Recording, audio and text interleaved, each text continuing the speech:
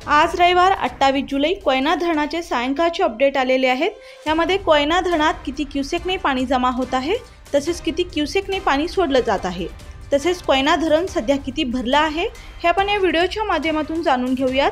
त्याआधी मंडळी, जर तुम्ही आमच्या हॅलो बळीराजा या चॅनलला सबस्क्राइब केला नसाल तर नक्की सबस्क्राइब करा, जेणेकरून आमचे अपडेट तुम्हाला लवकर मिळतील। कोयना धरण क्षेत्रात मुसळधार पावसाचा जोर कमी झाला आहे।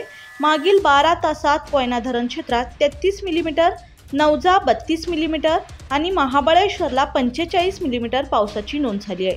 आज सायंकाळी आलेल्या अपडेटनुसार कोयना धरणात 37,460 क्युसेकने पाणी जमा होत आहे, तर कोयनाचा एकूण पाणीसाठा हा 84.32 टीएमसी झाला आहे। यातील उपयुक्त पाणीसाठा हा 79.20 टीएमसी इतका आहे, तर कोयना धरण सध्या 80.11% भरले आहे। कोयना धरणातून सध्या 32,100 क्युसेकने सोडण्यात येणारा विसर्ग कायम ठेवण्यात आला आहे।